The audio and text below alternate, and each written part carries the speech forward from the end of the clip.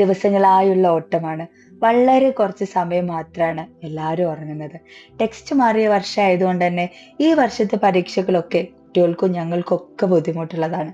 സാധ്യതയുള്ള ഓരോ ചോദ്യവും സെറ്റ് ചെയ്ത് അവരെ പഠിപ്പിക്കാൻ ഒരു മാർക്ക് പോലും മിസ്സാവാതിരിക്കാൻ ഞങ്ങൾ അങ്ങനെ എഫേർട്ട് എടുത്തുകൊണ്ടിരിക്കും.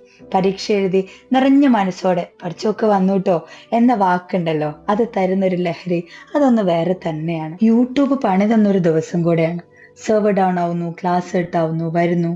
നമ്മുടെ വീട്ടിൽ കറണ്ട് പോയാൽ അപ്പുറത്തെ വീട്ടിലും പോയോന്ന് ചെന്ന് നോക്കി ബോധ്യപ്പെടുന്ന പോലെ എല്ലായിടത്തും ഇതന്നെ അവസ്ഥ. സമയം കുറച്ച് വൈകിയാണെങ്കിലും പരീക്ഷയ്ക്ക് വേണ്ടുന്നതെല്ലാം പഠിപ്പിച്ചിട്ടാണ് ഞങ്ങൾ ക്ലാസ് വൈൻഡപ്പ് ചെയ്തത്. ക്ലാസ് കഴിഞ്ഞെത്തിയപ്പോൾ എല്ലാവരും ചർച്ചയിലായിരുന്നു. തണുപ്പും മഞ്ഞും അലങ്കാരങ്ങളും കൊണ്ട് സൈലവും ക്രിസ്മസിന് വേണ്ടി കാത്തു നിൽക്കുന്ന പോലെ. അങ്ങനെ വൈകി വീട്ടിലേക്ക്. പ്രഭാതം പൊട്ടിവിടർന്നു. കുട്ടികൾക്ക് പരീക്ഷയുള്ള ദിവസങ്ങളിൽ രാവിലെ 6 മണിക്ക് ഞങ്ങൾക്കും ക്ലാസ് ഉണ്ടാവും. യൂട്യൂബിന്റെ പ്രശ്നങ്ങളൊക്കെ മാറിയിട്ടോ. ഇനി യൂട്യൂബ് പണി മുടക്കിയാലും ആപ്പിലൂടെ ക്ലാസ് കാണാൻ പറ്റുന്ന ടെക്നിക്സ് ഒക്കെ ഇവിടെ സെറ്റ് ആക്കിയിരുന്നു. അല്ലെങ്കിൽ സൈലം പൊളിയല്ലേ.